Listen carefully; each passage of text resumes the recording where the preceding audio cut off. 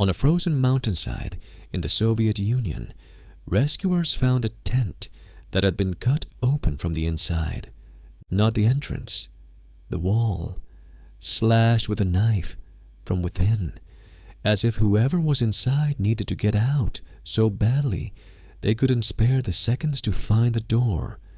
Outside, in temperatures far below freezing, there were footprints in the snow, some made by socks, some by a single boot, some by bare feet. 9 experienced hikers had run out into a winter night, into darkness and killing cold, wearing almost nothing.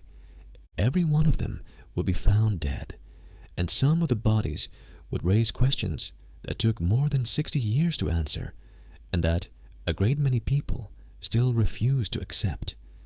This is the Dyatlov Pass incident.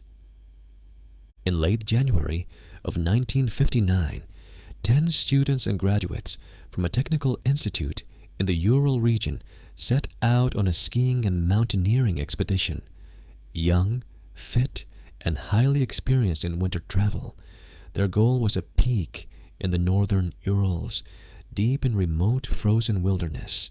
Their leader was a 23-year-old named Igor Dyatlov. It's his name the mountain pass would come to carry. Early in the trip, one member fell ill and turned back. That decision saved his life. It left 9 to continue on. From here, what we know comes from 2 things: the diaries and cameras the group left behind, and the frozen evidence found weeks later. The photographs show them smiling, building the trail, joking in the snow. On the 1st of February, they climbed toward a pass, and as a storm moved in and visibility dropped, they made a decision that investigators would argue about for decades. Instead of camping in the shelter of the forest below, they pitched their tent on an open exposed slope. It was the last night of their lives. When the group failed to return on schedule, no one panicked immediately. Delays were expected on trips like this, but as the days passed with no word, a search was launched. On the 26th of February, searchers found the tent. It was half collapsed and buried in snow. And when they examined it, they found the detail that would haunt this case forever. The tent had been cut open from the inside. The hikers had left through the entrance. They had sliced through the fabric wall and fled into the night. Everything they needed to survive, their boots, their coats, their supplies, was still inside. They had run out into a blizzard in sub-zero cold, most of them in just socks or barefoot, leaving behind the very things that could have kept them alive. The footprints told part of the story.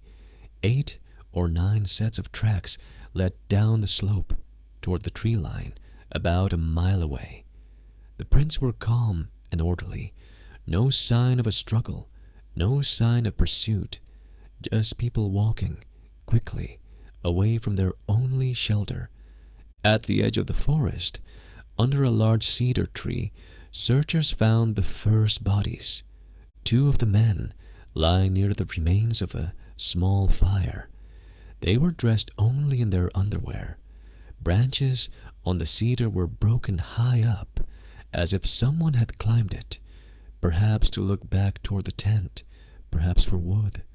Their hands showed burns and injuries. Between the cedar and the tent, 3 more bodies were found, spaced out along the slope.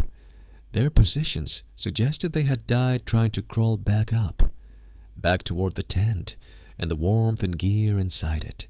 One of them was Igor Dyatlov himself. 5 found, 4 still missing. It would take another 2 months and the melting of the winter snow to find the rest. And it was these last 4 that turned a tragedy into a mystery. In May, deep in a ravine, under several meters of snow, searchers found the final 4 bodies, and their condition was deeply disturbing. These four were better dressed than the others, some wearing clothing that had, it appeared, been taken from those who died first, but their injuries were catastrophic. Two had severe skull fractures, two had massive chest fractures, the kind of crushing internal damage doctors compared to the force of a high-speed car crash. And yet, in most cases, there were almost no external wounds. The damage was inside. Something had struck them with tremendous force without breaking the skin. And then there was a detail that launched 1,000 theories. One of the women was missing her tongue, her eyes, and part of her lips. To many, this seemed impossible to explain by ordinary means. It fed decades of speculation, and the official Soviet response only made it worse. The original 1959 investigation closed with a phrase that explained nothing and suggested everything. The hikers, it said, had died as a result of a, quote, compelling natural force that they were unable to overcome. Then the case files were classified. The area was closed to hikers for years, and into that silence the theories rushed in. Some said it was a secret military weapons test, that the strange orange lights reported in the sky that night were rockets or parachute mines. Some pointed to radiation later detected on a few pieces of the hikers' clothing. Others reached for the supernatural or for a Soviet cover-up of something they were never meant to see. The missing eyes and tongue became the dark heart of every retelling.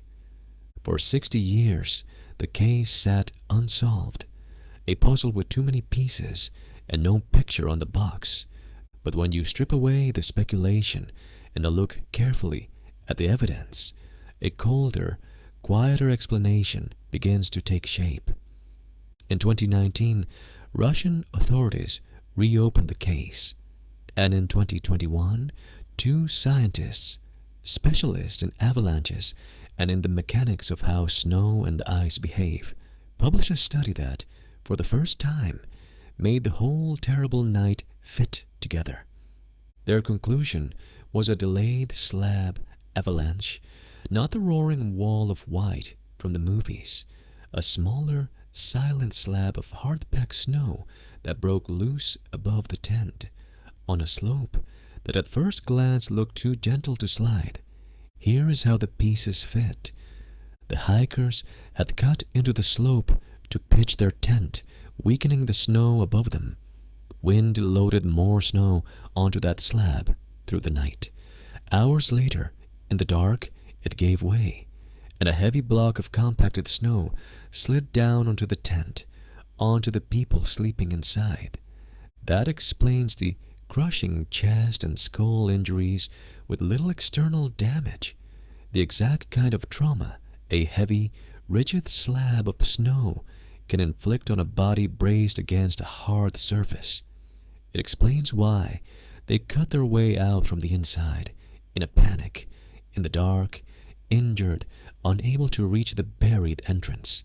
It explains why they fled downhill to the trees. Standard survival instinct. Get away from the slide zone, get to shelter, build a fire, then plan to return. And the horror of the missing eyes and tongue, the detail that fueled 60 years of fear, has a grim but natural explanation. The bodies lay for months, some in running water in the ravine.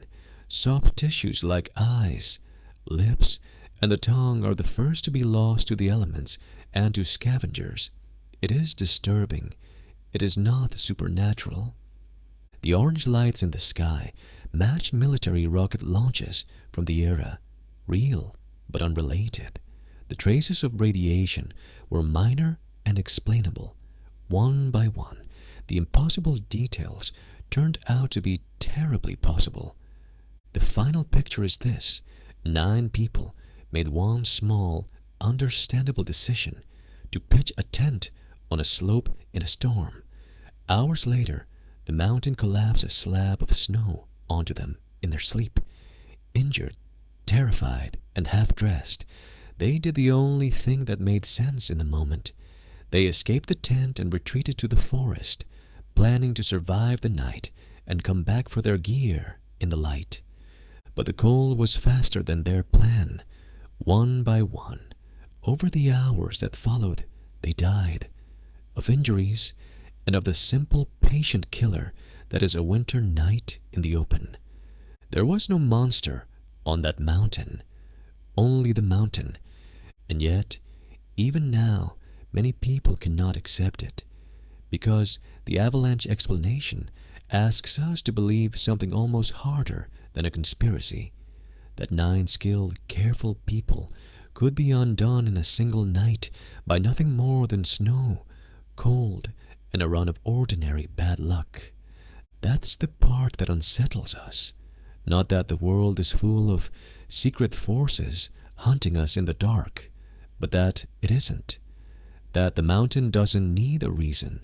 That sometimes the most experienced people, doing almost everything right, are simply in the wrong place when the snow decides to move.